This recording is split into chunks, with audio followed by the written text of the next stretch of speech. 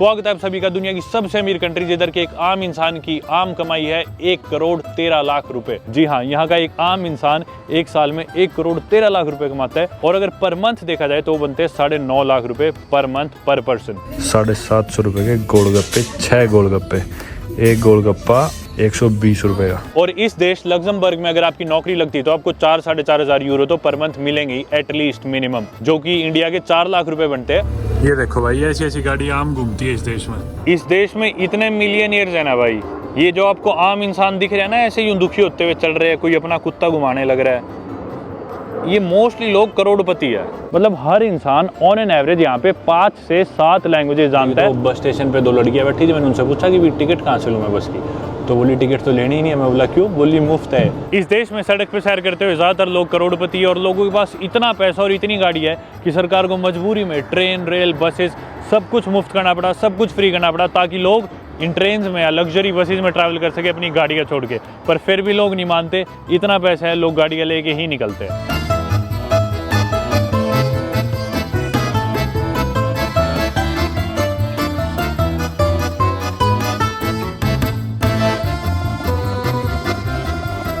दोस्तों, स्वागत है आप सभी का एक नई वीडियो में।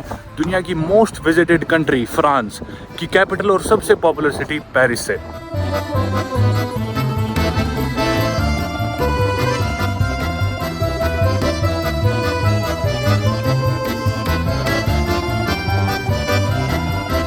पेरिस से लगभग 350 किलोमीटर दूर आज हम जाने वाले यूरोप की 7th स्मॉलेस्ट कंट्री, लेकिन फिर भी पूरी दुनिया की सबसे अमीर कंट्री लग्जमबर्ग। लग्जमबर्ग के बारे में बहुत सी बातें मेरे को आपको बतानी थी, लेकिन अभी से ठीक 9 मिनट बाद यहाँ से मेरी बस डिपार्ट करने वाली है और ताकि मेरी बस मिस ना हो जाए इसलिए अभी हम भागते हैं और लग्जमबर्ग पहुँचते हैं। वहाँ पहुँच के मैं आपको इस देश के बारे में सारी चीज़ें बताने वाला हूँ।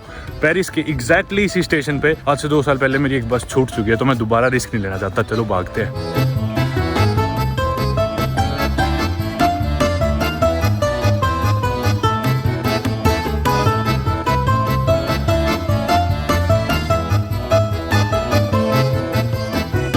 ये रही अपनी 180 नंबर SN की 15 नंबर इस पे है।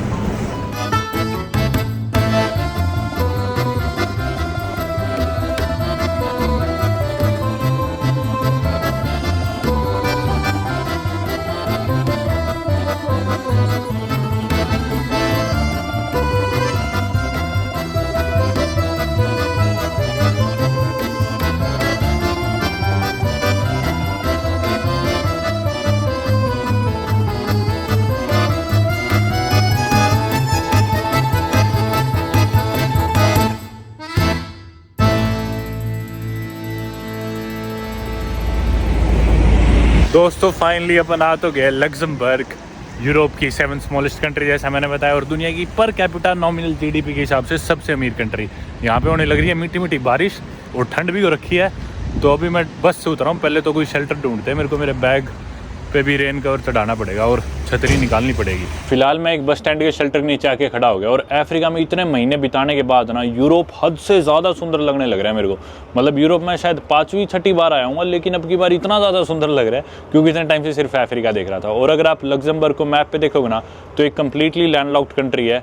इसके नॉर्थ और वेस्ट में बेल्जियम, साउथ में इसके फ्रांस और ईस्ट में इसके जर्मनी। और हालांकि मेरी बस चली थी सुबह 7:30 बजे पेरिस से और 1:15 बजे मुझे पहुँचना था, लेकिन 12:30 बजे हम पहुंच गए। 5 घंटे में पूरा सफर तय कर लिया और वो भी जब बस वाला जान करके बीच बीच में रोक रहा था। जो स्टॉप्स थे उनमें ज़्यादा टाइम लगा रहा था, जैसे कहीं ब्रेक नहीं था तो 5 मिनट का ब्रेक था, वो 20-30 मिनट का ब्रेक लिया क्योंकि उस स्टॉप से सवारियाँ भी चढ़नी थी। तो मतलब जान करके इतना धीरे जा रहा था, फिर भी इतनी जल्दी पहुंच गए 350 किलोमीटर। मतलब बस की स्पीड ऐसी थी कि रेस पे पंजा दबा के छोड़ दिया। कोई ट्रैफिक नहीं, कुछ नहीं, कहीं ब्रेक नहीं लगे, परफेक्ट एकदम स्मूथ रोड। और सुबह बस मेरे को टेंशन थी कि बस ना छूट जाए क्योंकि बसेस काफ़ी पंक्चुअल है जनरली यूरोप में, और 7:30 बोल रहे तो वो 7:29 में ही निकल जाएगी। और सुबह मैं भागा गया था पेरिस मेरे हॉस्टल से बस स्टेशन तक। मेट्रो में भाग रहा हूँ, कभी कहीं भाग रहा हूँ, पर किसी तरह मैं पहुँच गया था टाइम से। दोस्तों, मैं पहुँच तो गया लग्जमबर्ग, लेकिन यहाँ पे ना मैंने कोई भी बुकिंग वगैरह कुछ भी नहीं करा रखी, कोई रिजर्वेशन नहीं है मेरे पास, कोई होटल नहीं है जाने के लिए।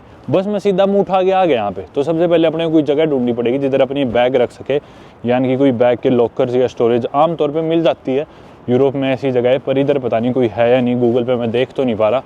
तो इस बिल्डिंग में चल के, ये पार्किंग है शायद, इधर पता करते हैं कुछ ऐसा हो तो, कोई लॉकर्स या कुछ। ये तो पार्किंग की बिल्डिंग थी, इसमें तो कुछ ऐसा है नहीं, सिर्फ गाड़ियाँ थी।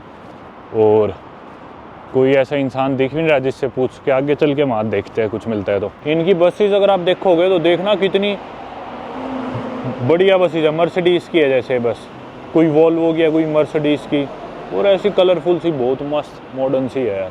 पीछे एक सुपरमार्केट थी, उसमें जाके मैंने पूछा तो वो बोला कि यहाँ पे तो ऐसा कुछ भी नहीं है लगेज स्टोरेज। कमाल है यार, मेरे को इंटरनेट पे भी नहीं दिख रहा। ये तो बहुत अजीब हो जाएगा यार अगर ऐसा हुआ तो। मेरे को तो लग रहा है ये इतना अमीर देश है, यहाँ पे कोई लोग आते ही नहीं होंगे ऐसे मेरी तरह बैग टांग के, इन्हें जरूरत ही कहाँ पड़ती होगी लगेज स्टोरेज इसकी। पर साइकिल्स तो यहाँ खड़ी है, कौन चलाता होगा पर इन्हें और अगर लग्जमबर्ग के एरिया की अपन बात करें ना तो वो है 2500 स्क्वायर किलोमीटर से थोड़ा सा ज़्यादा, और ये पूरी दुनिया की 25-30 जो सबसे छोटी कंट्रीज है ना उनमें से आती है। लग्जमबर्ग एक माइक्रो स्टेट है। माइक्रो स्टेट मतलब जो छोटे देश होते हैं जिनका एरिया काफी कम होता है उन्हें माइक्रो स्टेट बोल देते हैं। और मेरे को बहुत शौक है छोटी कंट्रीज में जाने का, क्योंकि बड़ी कंट्रीज में तो जाना आसान होता है, छोटी कंट्रीज में थोड़ा मुश्किल होता है। तो दुनिया की जो 10 सबसे छोटी कंट्रीज है उसमें से मेरे ख्याल से 8-9 में मैं जा चुका, और दुनिया की जो 30 सबसे छोटी कंट्रीज है उसमें से शायद मैं ऑलमोस्ट 25 कंट्रीज में जा चुका। तो छोटी कंट्रीज एक्सप्लोर करना एक तरह से मेरी एक्सपर्टीज़ है, तो शायद मैं और अच्छे से आपको इस कंट्री के बारे में दिखा पाऊँ। और इनफैक्ट अगर हम बात करें कि ये यूरोप की 7th स्मॉलेस्ट कंट्री है, तो मेरे ख्याल से बाकियों में मैं सब में जा चुका। सबसे छोटी वेटिकन सिटी, फिर मोनाको, सैन मेरिनो, फिर उसके बाद लिechtenstein, फिर उसके बाद माल्टा, फिर शायद एंडोरा, और फिर लग्जमबर्ग। तो लग्जमबर्ग से 6 कंट्रीज और छोटी है यूरोप में। माल्टा के अलावा मैं बाकी 5 में जा चुका, और अब 7th स्मॉलेस्ट लग्जमबर्ग में भी आ गए। तो भाई यहाँ तो मेरे को कोई उम्मीद लग नहीं रही। अपन ऐसा करते हैं सिटी सेंटर की तरफ चलते हैं, बैग के साथ ही घूमते, आगे कहीं स्टोरेज मिल गई तो ठीक है, नहीं तो भाई क्या इलाज है फिर। मैं मेरे आसपास होटल देख रहा हूँ कि कोई होटल ही ले लूँ, या तो होटल दिखा रहा है भाई 100-150 यूरो से कम कुछ भी नहीं, मतलब 10-15 हज़ार से कम तो है कुछ भी नहीं दिखाने लग रहा। ये बस जाएगी सिटी सेंटर की तरफ, 17 नंबर, 10 नंबर भी जाएगी। बस का इंतज़ार करते हैं, बस पकड़ के चलते हैं। अब यहाँ तो क्या करेंगे, कुछ मिल ही नहीं रहा। बस आ गई भाई, लेकिन टिकट कहाँ से ले? टिकट लेने का तो कोई ऑप्शन ही नहीं है। ये तो सैनिटाइजर है। मैं बस में तो चढ़ गया, लेकिन मेरे को यूँ नहीं पता था बस की टिकट कहाँ से मिलेगी। तो बस स्टेशन पे 2 लड़कियाँ बैठी थी, मैंने उनसे पूछा कि टिकट कहाँ से लूँ मैं बस की, तो बोली टिकट तो लेनी ही नहीं है। मैं बोला क्यों? बोली मुफ्त है। मैं बोला है? बोली हाँ, पूरे देश में हर जगह आप जहाँ भी बस ट्रेन कुछ भी लेके जाओगे सारा ट्रांसपोर्टेशन मुफ्त है, फ्री है, पैसे देने ही नहीं, कोई टिकट नहीं लेनी। अभी से 1 मिनट पहले ऐसे लग रहा था हम शहर से पता नहीं कितनी बार है, और 1 ही मिनट के अंदर यूँ लग रहा है कि शहर के बीचों बीच आ गए। छोटा सा देश है पर खूबसूरत है, क्यूट सा।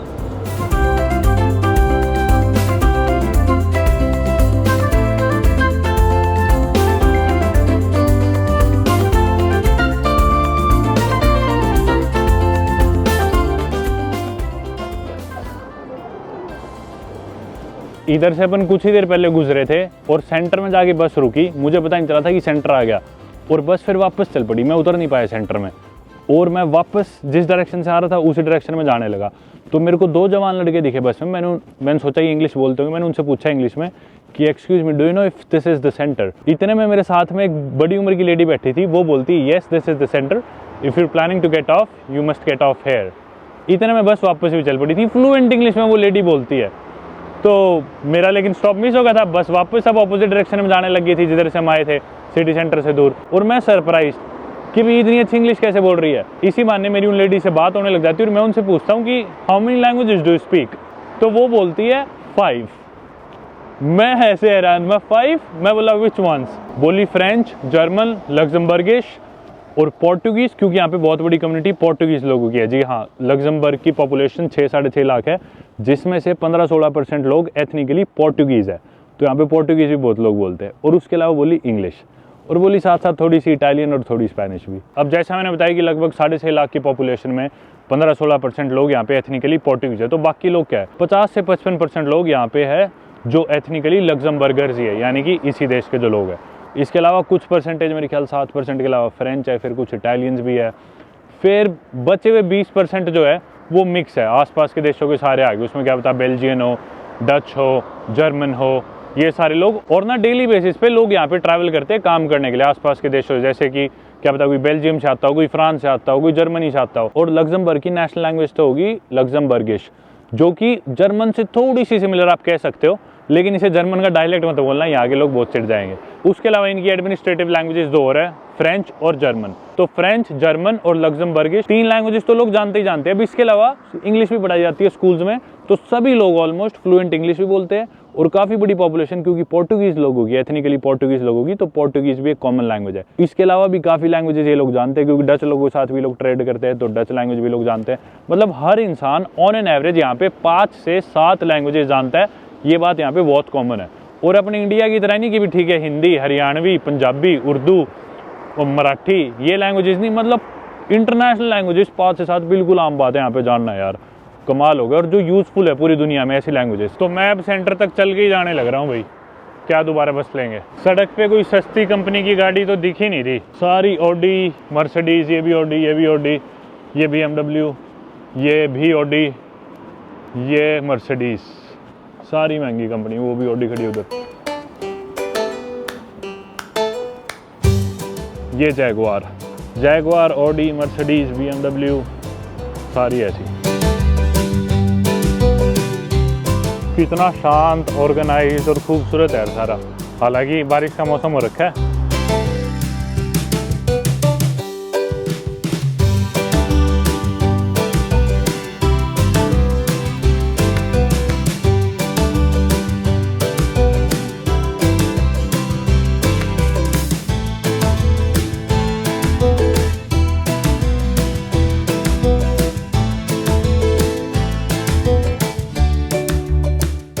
देखा आपने कितने अच्छे से ऑर्गेनाइज पड़ा था पीछे सारा ट्रैश।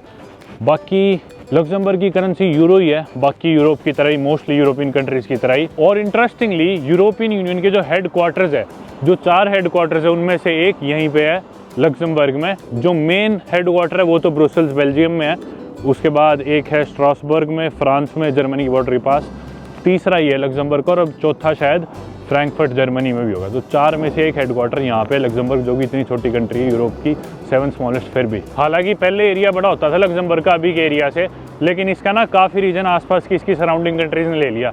जैसे फ्रांस ने कुछ हिस्सा ले लिया, जर्मनी ने कुछ हिस्सा ले लिया, बेल्जियम ने कुछ हिस्सा ले लिया। और इनफैक्ट बेल्जियम का जो रीजन है ना इसके साथ में, लग्जमबर्ग के साथ में, उसका तो नाम भी लग्जमबर्ग रीजन है, पर वो पड़ता है बेल्जियम में। तो क्योंकि काफ़ी इलाका उन्होंने ले लिया तो अब इसका एरिया काफ़ी कम रह गया। और अब हम आगे इनके बिल्कुल सेंटर में, मेरे ख्याल से यहीं कहीं रुकी थी बस, भी थोड़ी सी अंदर रुकी थी शायद, पता नहीं। एक ये है ब्रिज,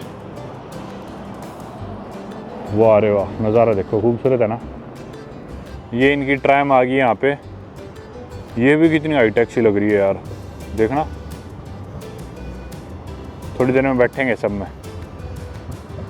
दोस्तों लग्जमबर्ग देश की अगर हम टोटल नॉमिनल जीडीपी की बात करें तो वो है 90 बिलियन यूएस डॉलर्स। और क्योंकि इनकी पॉपुलेशन सिर्फ 6.5 लाख है तो इनका पर कैपिटा नॉमिनल जीडीपी बनता है 1,35,000 यूएस डॉलर्स, जो कि पूरी दुनिया में सबसे ज्यादा है। और अगर हम इसे इंडियन रुपीज में कन्वर्ट करें तो बनते हैं 1,13,00,000 इंडियन रुपए पर कैपिटा पर ईयर। जी हाँ, यहाँ का एक आम इंसान एक साल में 1,13,00,000 रुपए कमाता है। और अगर पर मंथ देखा जाए तो वो बनते हैं 9.5 लाख रुपए पर मंथ पर पर्सन। और पूरी दुनिया में किसी भी देश का पर कैपिटा नॉमिनल जीडीपी इतना ज्यादा नहीं है। और वहीं अगर हम इनके पीपीपी जीडीपी की बात करें तो वो बनता है 1,44,000 यूएस डॉलर्स, जो कि हालांकि नॉमिनल जीडीपी से थोड़ा ज्यादा है, लेकिन पीपीपी में कुछ और चीजें भी आ जाती है, जैसे कि prices, purchasing power, cost of living, inflation. तो उस हिसाब से देखा जाए तो पर कैपिटा पीपीपी जीडीपी हालांकि इनकी वर्ल्ड में शायद सेकंड नंबर पे आती है कतार के बाद, शायद क्योंकि कतार में प्राइसेस सस्ते हैं इस वजह से हो सकता है। और इस देश लग्जमबर्ग में अगर आपकी नौकरी लगती है तो आपको 4-4,500 यूरो तो पर मंथ मिलेंगे ही एटलीस्ट मिनिमम, जो कि इंडिया के 4 लाख रुपए बनते हैं। और ये तो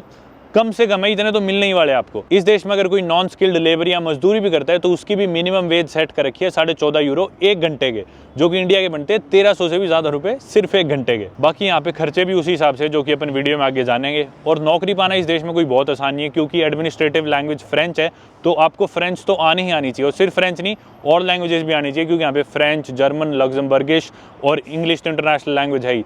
तो फ्रेंच के अलावा भी आपको कोई ना कोई मेरे ख्याल से इन सब लैंग्वेजेस में से आनी चाहिए, तब जाके आपको यहाँ पे नौकरी मिलती है। बाकी यूरोप की ना स्पेशली ऐसी डेवलप्ड कंट्रीज में टैक्सेस भी बहुत ज्यादा होते हैं। लग्जमबर्ग का जो टैक्स ब्रैकेट है वो शायद 0 to 42% है, कम से कम 0% टैक्स। और मैक्सिमम जो आपको टैक्स लग सकता है वो है 42%। और वो तब लगता है जब आपकी एनुअल इनकम 2 लाख यूरो से ज्यादा हो, यानी कि इंडिया के ऑलमोस्ट 2 करोड़ रुपए से ज्यादा अगर आपकी साल की इनकम है, तब जाके आपको 42% टैक्स लगेगा। उसके बाद आपकी चाहे 10 करोड़ हो, चाहे 100 करोड़ हो, कितनी भी इनकम हो, आप 42% टैक्स ब्रैकेट में आओगे। मतलब मैक्सिमम वाला टैक्स ब्रैकेट भी यहाँ पे 2 करोड़ रुपए जाके लगता है, जो कि अपने इंडिया में 2.5 लाख, 5 लाख, 10 लाख में, 12 लाख में ब्रैकेट्स खत्म हो लेते हैं। इस देश में इतने मिलियनियर्स है ना भाई, ये जो आपको आम इंसान दिख रहे हैं ना ऐसे यूं दुखी होते हुए चल रहे हैं, कोई अपना कुत्ता घुमाने लग रहा है, ये मोस्टली लोग करोड़पति है। ये जितने भी लोग ऐसे, कोई स्केटबोर्ड पे घूम रहा है, कोई कैसे घूम रहा है, ये देखो, ये सारे करोड़पति है भाई। कोई इंसान साइकिल पे जाने लग रहा है, कोई पैदल चल रहा है, मतलब देख लो, ये करोड़पति लोग हैं सारे जो ऐसे घूमने लग रहे हैं इस देश में। लेकिन यहाँ की करोड़पति भी लड़कियां छेड़ते हैं। ये अब हम आ गए इस ब्रिज से पे, और इधर से कुछ खूबसूरत नज़ारा आपको दिख रहा होगा। ये देखो ऐसी ना पहाड़ी सा है पूरा देश, मतलब बिल्कुल प्लेन नहीं है। लग्जमबर्ग देश की लंबाई है 82 किलोमीटर और इसकी चौड़ाई है 57 किलोमीटर। नॉर्थ में इसके थोड़ी माउंटेन्स है और 80 से 90% लोग थोड़ा साउथ में या फिर इनकी जो कैपिटल सिटी है लग्जमबर्ग सिटी, जो कि इनकी लार्जेस्ट सिटी भी है, इधर रहते हैं, इसके आसपास रहते हैं। नॉर्थ में बहुत ही कम लोग रहते हैं। यार क्या खूबसूरत क्रॉसिंग है, देखना यार, शानदार। और हल्की हल्की मीठी मीठी धूप आ गई, मतलब बीच बीच में आ रही है, बीच में जा रही है। ओहो मज़ा ही आ गया यार, शानदार यार, गजब। देखना है सामने, मस्त है ना। लग्जमबर्ग के बारे में एक और इंटरेस्टिंग चीज़ है कि यहाँ का जो मिलियनेयर रेट है ना वो है ऑलमोस्ट 16%, जो कि दुनिया में सेकंड हाईएस्ट है। मिलियनेयर रेट का मतलब हर 100 आदमी में से 16 लोग यहाँ पे मिलियनेयर है। अब आप लोग सोचोगे मिलियन मतलब 10 लाख, पर ऐसा नहीं है, ये यूएस डॉलर्स के हिसाब से होती है कैलकुलेशंस। तो मिलियनेयर का मतलब या फिर 1 मिलियन यूएस डॉलर का मतलब 8.5 करोड़ इंडिया के रुपए। तो यानी कि यहाँ का हर इंसान करोड़पति तो है ही है, लेकिन हर 100 में से 16 लोग 8-10 करोड़ के मालिक है। और ये आमतौर पे ऐसे नहीं कि जो मिलियनेयर है उसके पास 1 ही मिलियन डॉलर होंगे, आमतौर पे 2-5 मिलियन डॉलर तो होती है, यानी कि 40-50 करोड़ इंडिया के रुपए। तो कहने का तात्पर्य ये है, ऑलमोस्ट हर आदमी तो करोड़पति है ही है, लेकिन सड़क पे चलता हर 5 और 6 आदमी 40-50 करोड़ का मालिक भी हो सकता है।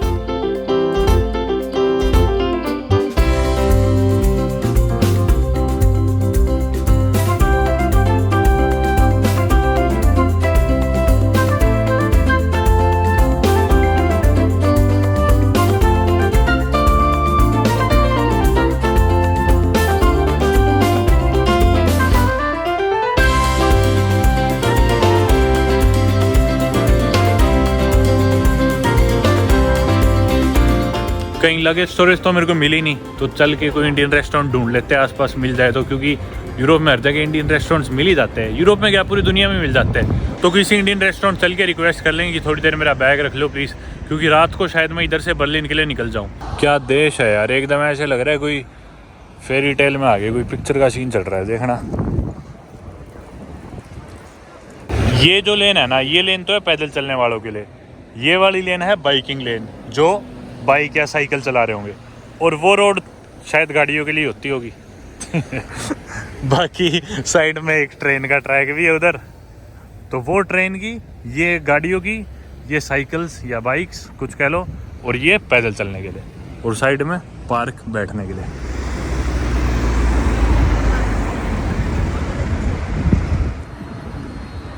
क्या खुशबू है यार।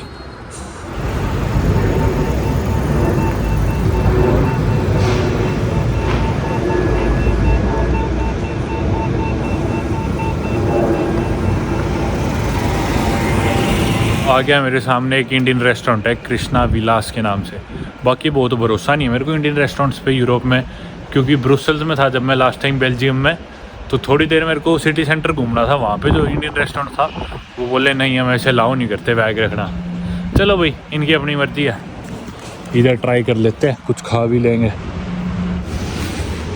आगे भाई अंदर, ये है कुछ रेस्टोरेंट ऐसा, ये क्या है, चाट तरह तरह के, पानी पूरी।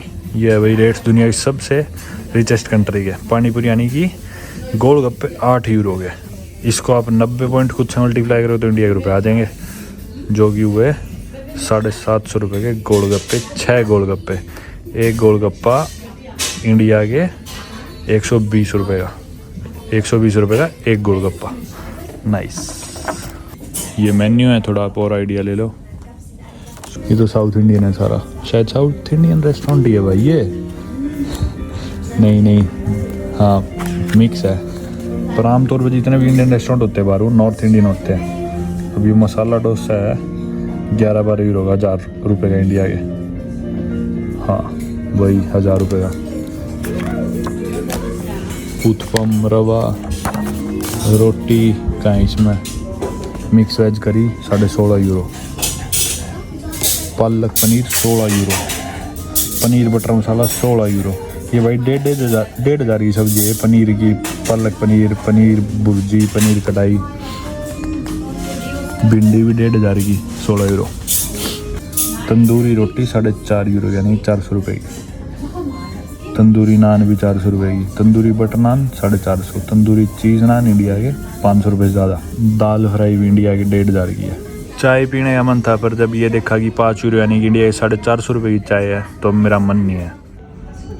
आ गया भाई डोसा अपना, खूब बड़ा है, 5 मिनट में आ गया डोसा और लस्सी, मैंगो लस्सी और रवा मसाला डोसा। मैंने सोचा साउथ इंडियन वह तो साउथ इंडियन ही मंगाते कुछ। भला हो भाई इस इंडियन रेस्टोरेंट का। खाना खा लिया मैंने, 18 यूरो बिल आया इंडिया के, यूँ मान लो लगभग 1700 रुपये, और जिसमें मैंने एक रवा मसाला डोसा और साथ में एक मैंगो लस्सी पी थी। ये 2 चीज़ें 1700 की, और इससे सस्ता कुछ आ भी नहीं सकता था मेरे ख्याल से इस रेस्टोरेंट पे। पर अच्छा था भाई खाना। और मेरा बैग भी रखवा ली उन्होंने, बैग मैंने वहाँ रख दी, एक छोटा बैग ले लिया जिसमें पावर बैंक वगैरह है, और अब अपन निकल पड़े फ्रीली इस शहर को एक्सप्लोर करना। मज़ा आ गया। मेरे को दूर से देख के तो ये लगा ये कोई कैथेड्रल वगैरह है, ये पता नहीं क्या क्लॉक टावर्स है, लेकिन इनका शायद मेन स्टेशन है। हाँ, ट्रेन स्टेशन ही है। एक कोई ट्रेन आ भी, जो भी ट्रेन आ रही है इसमें चढ़ जाते हैं। यहाँ पे सबसे बढ़िया बात क्या है, क्योंकि फ्री है ट्रांसपोर्टेशन, कहीं भी पैसे नहीं देने पड़ रहे, तो कोई टेंशन नहीं है कि भी गलत ट्रेन में तो नहीं चढ़ गया, क्योंकि पैसे तो लगने नहीं, या फिर गलत ट्रेन की टिकट तो नहीं ले ली, या फिर गलत जगह अपनी टिकट यूज़ तो नहीं कर ली। कोई टेंशन ही नहीं है वो तो, क्योंकि सारी फ्री है, मुफ्त है, कहीं भी चढ़ जाओ। चलो इसमें चलते हैं। हट जा। ये देखो कहीं भी कुछ ऐसे नहीं है, नहीं तो आमतौर पर यूरोप में गए ट्रेन में घुसते हैं, यहाँ पे टिकट टैप करने का होता है, इधर वो लगा हुआ ही नहीं, कुछ भी नहीं है, खाली है एकदम। और ऐसी वैसी ट्रेन नहीं है भाई, ये देखो कितनी मस्त है, मॉडर्न सी ट्रेन, कितनी बढ़िया नहीं लग रही अंदर से। हाँ, तो मैं यूँ कह रहा था यहाँ पे ना बस घुसते और उतरते टाइम ये वाला बटन दबाना पड़ता है गेट खोलने के लिए, वरना गेट खुलता नहीं। ये मतलब एनर्जी सेविंग के लिए होता है। यूरोप में कई देशों में दिखेगा आपको, मतलब सारे गेट नहीं खुलेंगे ट्रेन के, जिसमें बटन दबाया ना वही खुलेगा। ये इनका सेंटर का इलाका है भाई, यहाँ कबूतर से बैठे हैं। एक और सुंदर बिल्डिंग, सारी बिल्डिंग मस्त है, इनका आर्किटेक्चर ना बढ़िया लगा मेरे को। गंदा तो कुछ है ही नहीं, ना कहीं गंदगी दिखी ना कुछ भी, कहीं पे सड़क पे कुछ पड़ा हुआ दिखा, सारी चीज़ें एकदम ऑर्गेनाइज्ड, मैनेज्ड। ये फ़ायदा कह रहा था भाई मैं कि भाई यूरोप में ऐसे देशों में टैक्स देते हुए दुखता नहीं है वो टैक्स, क्योंकि पता है वो टैक्स एक तो किसी आदमी की जेब में नहीं जा रहा होगा। देखो करप्शन तो दुनिया में जितने भी सिस्टम्स है जिसमें ह्यूमंस इन्वॉल्व है, कहीं ना कहीं करप्शन तो पूरी दुनिया में, ऐसा कोई सिस्टम ही नहीं है पूरी दुनिया में जिस पर करप्शन ना हो किसी लेवल पे, पर बहुत कम है पहली चीज़ तो। दूसरी चीज़, इतना पैसा टैक्स का दिए बाद आपको एटलीस्ट हेल्थ केयर मिल रही है बढ़िया, और ट्रांसपोर्टेशन मिल रहा है, सारी चीज़ें मिलने लग रही है। मतलब आराम से फ़ायदा उठाओ, कहीं भी जाना हो कोई पैसे की टेंशन नहीं लेनी, हेल्थ केयर वगैरह सब फ्री, एजुकेशन आपकी सारी कवर्ड, तो फिर भी सही लगता है। और quality education, quality health care और बढ़िया ट्रांसपोर्टेशन। यूँ नहीं कि भी सरकारी स्कूल या इनके जो हॉस्पिटल है बिल्कुल बेकार है, मतलब टॉप लेवल की चीज़ है एकदम। तो अभी मैं इनके सिटी सेंटर के बीचों बीच, मार्केट सी है दोनों तरफ, मार्केट सी तो क्या है, कैफेज है, इधर से गुजर रहा हूँ, और एक कैथेड्रल है उधर जाने लग रहा हूँ, बच गया। अभी पीछे भाई मेरे को एक भाई मिला इंडिया का ही, मैं ट्रेन से उतरा था, आपसे वीडियो बना के जब चलने लग रहा था, वो मेरे को बोला इंडिया में, हाँ, तो पंजाबी बोल रहा था भाई। मैंने पूछा कहाँ से, बोला हरियाणा से। मैं बोला मैं भी हरियाणा से, भाई सिरसा से था। तो बात चल पड़ी, मैं हिसार से, हमारे नज़दीक से ही था, ज़्यादा दूर से नहीं। तो भाई बता रहा था पहले इंग्लैंड था, इंग्लैंड से फिर आया पेरिस, पेरिस से भी इधर आया काम ढूंढने की तलाश में। तो वो भाई बता रहा था कि पैसे तो बहुत है यहाँ पे, मतलब उसे तो सिर्फ कैश में काम करना है, ना उसे टैक्स वैक्स भरना है, क्योंकि इस तरह अपने इंडियंस वगैरह काफ़ी जो आते हैं वो कच्चे में काम करते हैं, क्योंकि काफ़ी लीगल नहीं होते उनमें से, तो बैंक अकाउंट में पेमेंट्स ले नहीं सकते, टैक्स वैक्स तो कहाँ ही भरेंगे। तो बोल रहा था 2500 यूरो मेरे को बताए, पहली जगह, एक ही जगह पूछा उसने सिर्फ, और वहाँ बोल रहा था 2500 यूरो। बोल रहा था ये पेरिस से 4-5 गुना ज़्यादा है जो उधर रेट मिलता है, फिर जो इंग्लैंड में पैसे मिलते हैं उससे। मतलब इंडिया के 2,30,000 रुपये सिर्फ कोई भी छोटे मोटे काम के, मान लो कोई इलेक्ट्रीशियन का काम है, प्लम्बर का काम है, इस तरह के जो काम होते हैं ना, मतलब रिसेप्शन पे खड़े होना है या फिर कुछ नहीं, साफ सफाई का, इस सब काम की 2.25 लाख रुपए वो भाई बताने लग रहा था कि भी उसे पहली जगह पूछते इतने ऑफर हो गए। कमाल की बात है यार। बाकी हर ही जगह इतनी सुंदर है यार, इधर बर्गर किंग है सामने, साथ में मैकडॉनल्ड्स है, उधर पिज़्ज़ा हट भी है, और ये है इनका सेंटर। मैंने ना एक चीज़ नोटिस करी, इनके जितने भी कैफ़ेज़ है ना, अंदर सारे फुल पड़े हैं। किसी भी कैफ़े में देखोगे ना भरे पड़े अंदर, मतलब लोग बैठे रहते हैं, ऐसा नहीं है कि खाली पड़े हो। मेरे ख्याल से किसी भी अच्छे कैफ़े पे जाके खाना खाएंगे ना यहाँ पे, तो 60-70 यूरो तो खर्चा आएगा ही आएगा। मान लो अपने इंडिया के 5-6 हज़ार रुपये, और अपने लिए तो बहुत बड़ी बात होती है वो इतने पैसे खर्च करना, पर इन लोगों को पैसे इतना कहाँ खर्चेंगे, तो जाके यूँ ही उड़ाते, इसलिए सारे भरे मिलते हैं, खाली मिलता ही नहीं कोई। मतलब जितने भी अच्छे दिखे ना मुझे, अंदर जिनकी सीटिंग थे अभी बाहर, क्योंकि थोड़ी सी ठंड हो रखी है, सारे फुल दिख रहे थे। पर ये दुकानें वगैरह और बिजनेसेस बंद हो गए जल्दी, क्योंकि वर्किंग आवर्स यहाँ के मेरे ख्याल से बहुत कम होंगे। अभी शाम के बजे है 4:30 पौने 5 मेरे ख्याल, हालांकि अंधेरा लेट होता है। वाह रे वाह भाई रे, यार सही बता रहा हूँ, बहुत ही खूबसूरत जगह है। पर मेरे को ऐसा लग रहा है कि है ना, अकेले मत आओ, एक आधे जने के साथ आओ, दोस्त के साथ आओ, वाइफ के साथ आओ, गर्लफ्रेंड के साथ आओ, माँ बाप के साथ आओ, मतलब किसी के साथ आप ये मोमेंट शेयर कर सको, क्योंकि यार इतनी खूबसूरत जगह है यार। मेरे को नहीं याद आ रहा कि भी कोई कंट्री, आप ना एक पैटर्न ऑब्जर्व करोगे, यूरोप के सिटी सेंटर्स या फिर यूरोप की मेन बड़ी सिटी सारी सेम सी होती है। बीच में कैथेड्रल होता है, आसपास सिटी सेंटर होता है, सड़क किनारे वो कैफेज होते हैं, वही सेम पैटर्न थोड़ा सा यहाँ भी है, बिल्कुल है।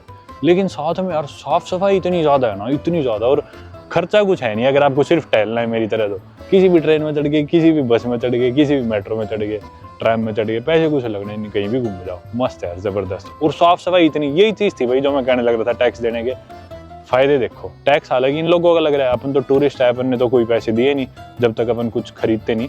तो देखा जाए तो यार वैसे अच्छी चीज़ है, लोकल्स के लिए ज़िंदगी बहुत बढ़िया ही होगी इधर। कुछ ऐसी होती है ये पुलिस की गाड़ी, ठंडी ठंडी हवा चल रही है भाई, धूप नहीं निकली, थोड़ी सी देर के लिए आई थी, चली गई धूप। सड़क पे इस तरह के बार से भरे हुए हैं, सारे जवान लोग बैठे हुए हैं। और ये देखो दुकानें भी कितनी प्यारी सी यार सारी। ये देख लो एक करोड़पति पैडल मारता हुआ। अब रोड पे भी ये देखो, ये लेन लेफ्ट वाली है बाइक की, उस वाली है बस की, गाड़ी बीच में से निकल जाए।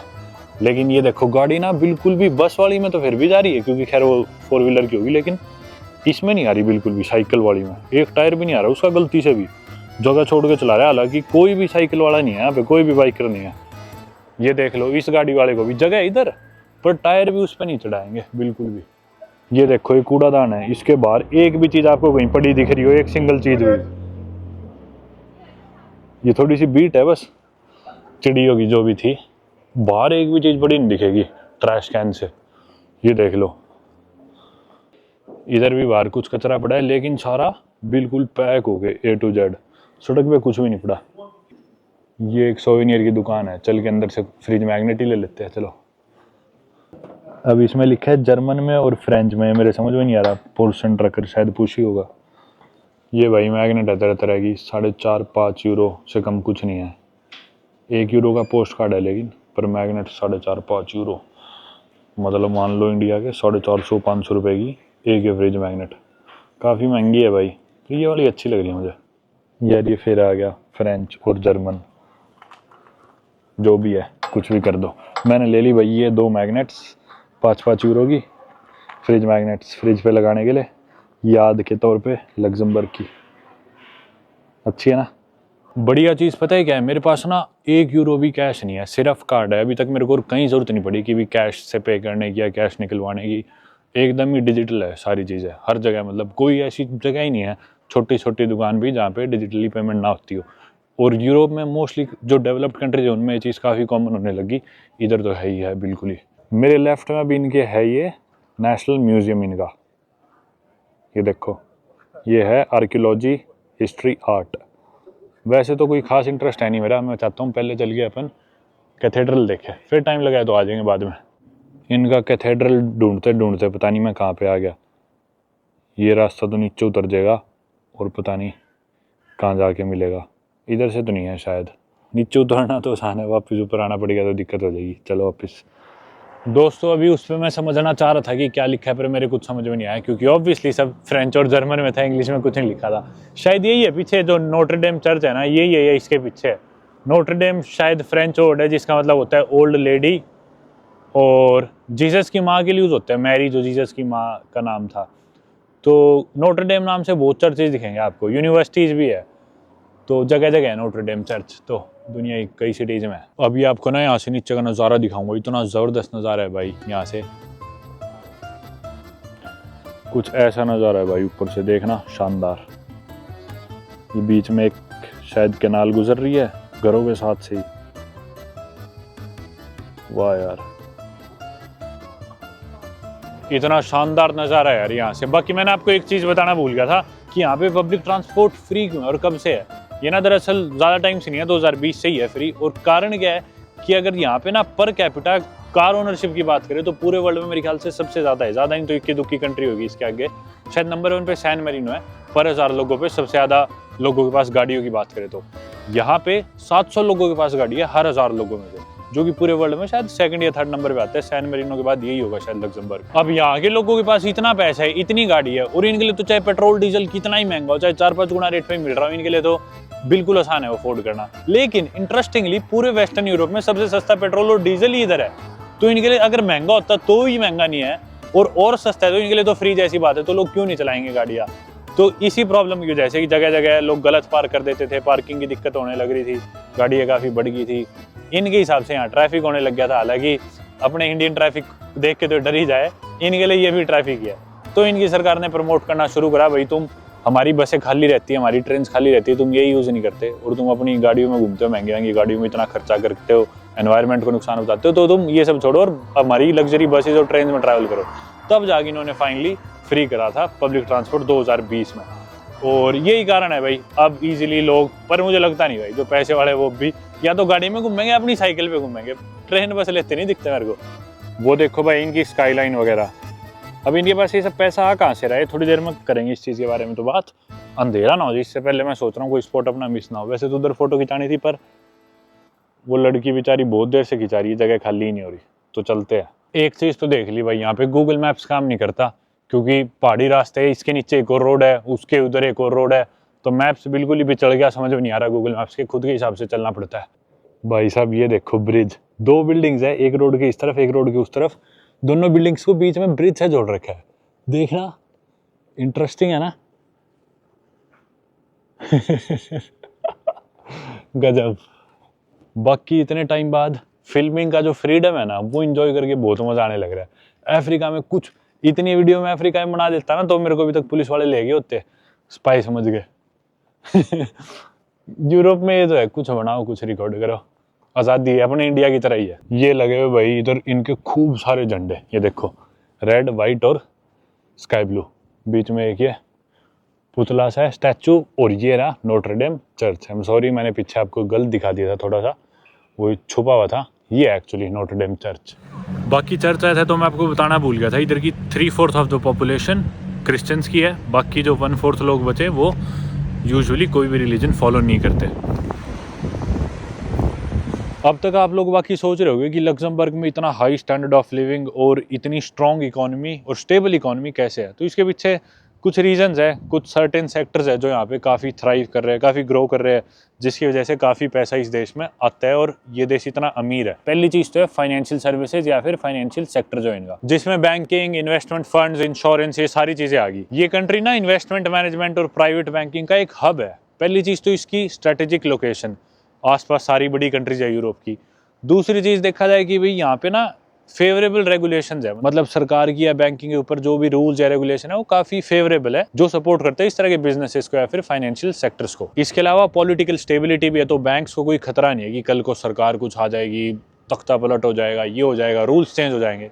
बहुत स्टेबल गवर्नमेंट है इनकी। फिर एक और चीज़, इसकी लोकेशन काफ़ी स्ट्रेटेजिक है, जैसे मैंने अभी डिस्कस करा, यूरोपियन यूनियन में आती है, यूरोपियन यूनियन के हेडक्वार्टर है यहाँ पे, आसपास जर्मनी, फ्रांस, बेल्जियम, बड़ी कंट्रीज है यूरोपियन यूनियन की, जिनके साथ ट्रेड और बिजनेस करना बहुत आसान है। फिर अगली चीज़ क्या है कि यहाँ पे ना इकोनॉमी काफ़ी डाइवर्सिफाइड है। अब फाइनेंशियल सेक्टर तो है इनका मेन कॉन्ट्रीब्यूटर इकोनॉमी में, लेकिन पूरी तरह से ना इकोनॉमी उस पर डिपेंडेंट नहीं है, और जो कि अच्छी बात हुई कि भी एक सेक्टर डूबता है तो कल को उस पर पूरी तरह रिलाई करने की ज़रूरत नहीं है। इसके अलावा थोड़े बहुत लॉजिस्टिक्स, टेक्नोलॉजी, थोड़ा बहुत मैन्युफैक्चरिंग पे भी इनकी इकोनॉमी रिलाई करती है। फिर अगली चीज़ आ गई कि भी पॉलिटिकल स्टेबिलिटी है, रूल्स काफ़ी स्ट्रॉन्ग है, करप्शन बहुत कम है, जैसा मैंने पहले डिस्कस करा।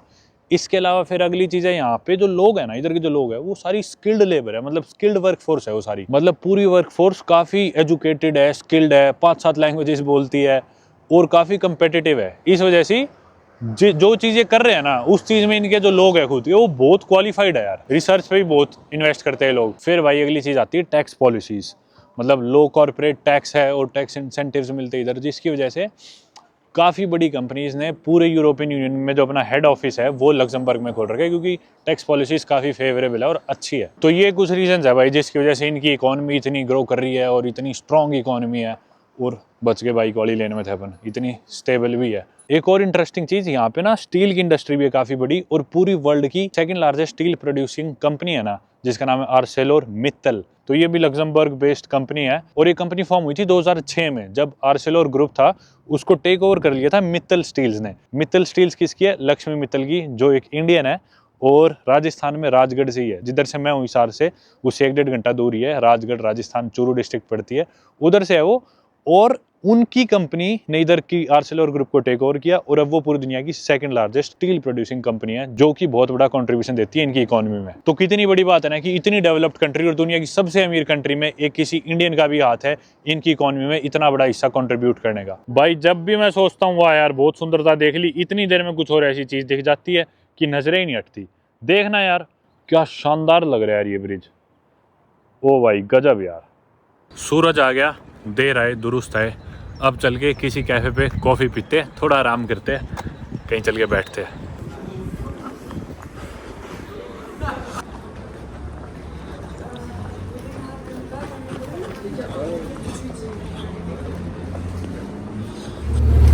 ये देखो भाई, ऐसी ऐसी गाड़ी आम घूमती है इस देश में।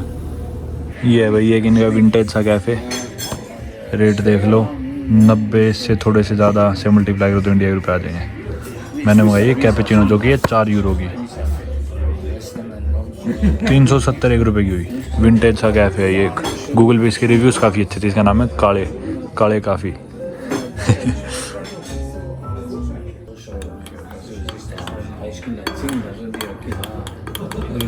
कॉफ़ी पी ली भाई, और कुछ खाने का तो उधर था नहीं, तो अब डिनर के लिए कोई जगह ढूंढते हैं। डिनर करके मैंने बस करा ली है मेरी यहाँ से बर्लिन के लिए। तो बस है 9:40 की, अभी हुए शाम के 6:30, और ठंडी हवा चलनी स्टार्ट होगी। चल तो पहले भी रही थी, अभी थोड़ी ज़्यादा लगने लगी क्योंकि थोड़ी देर के लिए सूरज आया था, वो भी चला जाएगा, अंधेरा हो जाएगा। अब इंतज़ार नहीं हो रहा यार, जल्दी से ट्रेन में चढ़ेंगे।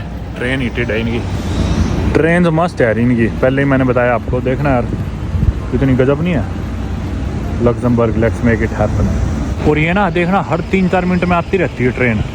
3 मिनट बाद है, फिर 6 मिनट बाद है, फिर 10 मिनट बाद है, 14 मिनट बाद है, उस डायरेक्शन में जाने के लिए। और बस इस तो है, बस इस मतलब गोल गोल जाना हो तो उसके लिए, और शहर में सीधा जाना तो शायद उसके लिए ट्रेन है, जो मैंने नोटिस किया। ये वाली तो फुल आई है यार, अभी तक तो सारी खाली थी। ये ऑफिस की छुट्टी होगी, लोग जा रहे होंगे अब घर।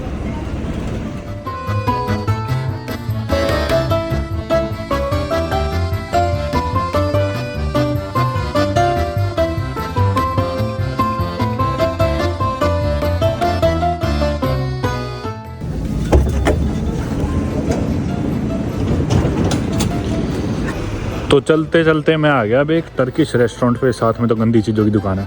ये एक टर्किश रेस्टोरेंट, इधर खाना खा लेते हैं, सुल्तान ग्रिल हाउस। आगे भाई रेस्टोरेंट में मेन्यू है, लेकिन इनका फ्रेंच में अपने कुछ समझ में आना नहीं लग रहा। लेकिन आप आइडिया देख ले सकते हो रेट्स का, 20 यूरो 23 यूरो, मतलब 2-2.5 हज़ार से कम कोई भी चीज़ नहीं इधर। तो 21 यूरो 26 यूरो, 2,000 2,500 खाने की। और ये सिर्फ खाना है, पीने का नहीं, पीने का अलग है। ये साथ में साइड्स है जो सैंडविचेस, ये थोड़े सस्ते हैं, 8, 9, 10 यूरो, 800 रुपये 900 रुपये के। मैंने तो मंगा लिया एक ये दुरुम सैंडविच, और साथ में लस्सी, जिसे लोग आयरन बोलते हैं, टर्की में आयरन बोल के पीते हैं। नमकीन सी होती है, अपनी नमकीन लस्सी की तरह। ये भाई 9 यूरो का था, सैंडविचेस सस्ते थे। और मैंने एक्स्ट्रा चिकन डलवाई, तो जो एक स्टिक थी चिकन की वो 6 यूरो की थी एक्स्ट्रा डलवाने की, तो ये 15 यूरो का पड़ा है। और शायद 4 यूरो की ये थी, 19 यूरो का ये खाना, इंडिया के 1700 रुपये के अराउंड। खाना वाना खा लिया भाई, फाइनली पेट भर लिया। अब अभी से 1.25 घंटे बाद मेरी बस है, और 12 घंटे का सफ़र है बस में मेरा, लग्जमबर्ग से लेके बर्लिन तक का। तो अब इंडियन रेस्टोरेंट चलते हैं, मैं अपना सामान उठा लूँगा, जीन्स की जगह पजामा पहन लूँगा, जूते की जगह चप्पल पहन लूँगा। रात सोया नहीं था, सिर्फ 3-4 घंटे ही सो पाया था, क्योंकि सुबह अर्ली मॉर्निंग मेरी वो थी ट्रेन पेरिस से, तो आराम से बैठ के सोएंगे अब। यार ये देश इतना छोटा है, मैं सेम ही जगह पे पता नहीं 3-3, 4-4 बार ही घूम गया। और नॉर्थ में तो जैसा मैंने बताया था माउंटेन्स है, उधर कोई लोग रहते भी और ना कुछ ऐसा करने को है उधर। फिर भी अगर आप गाड़ी लेके पूरा देश पार करना चाहो तो 45 मिनट के अंदर आप पूरा देश गाड़ी में इजीली 40 से 45 मिनट में पार कर सकते हो। और सिटी की बात करें तो सिटी तो छोटी सी है, मैं पैदल चल के पता नहीं कितनी बार पार कर चुका सुबह से। आ गया भाई इंडियन रेस्टोरेंट अपना, अब तो भीड़ है, भरा हुआ लग रहा है। चलो जी, बाथरूम में सारे श्रृंगार कर लिए, पजामा पहन लिया, नीचे चप्पल पहन ली, जुराबें चेंज कर ली, डीओ लगा लिया, और अंदर कपड़े बदल लिए, रिफ्रेश हो गए। चलो भाई, भला उस रेस्टोरेंट का अपन रिफ्रेश होके बाहर निकल पड़े हैं। अब अपने को लेनी है बस वापस बस स्टैंड की। ये मेरे ख्याल से इनका वो ट्रेन स्टेशन आ गया सामने, ढूंढते हैं गूगल मैप्स के भरोसे ही चल रहे हैं अपन। हालांकि बहुत सेफ कंट्री है ये, पर इधर भी सेंट्रल स्टेशन के बाहर मोस्टली यूरोपियन देशों में जैसा आजकल होने लग गया, डेवलप देशों में भी बाहर भीड़ सी है, मतलब काफ़ी रेफ्यूजीज़ और ड्रगीज भी दिख रहे हैं, मतलब ड्रग एडिक्ट्स। गारे दे लग्जमबर्ग। अपने को इधर तो वो ट्रेन आ रही है बार बार, ट्रैम जो शहर में ले जाती है, अपने को उधर जाके बस लेनी है शायद। ये जो P+R लिखा है ना, इधर से ही आए थे अपन, P+R बोइलोन जो भी है, इधर ही फ्लिक्स बस का और इनका जो बस स्टेशन है वो उधर है। तो 7 मिनट में आएगी, फिर एक 13 मिनट में आएगी। सही आ गया मतलब। चलो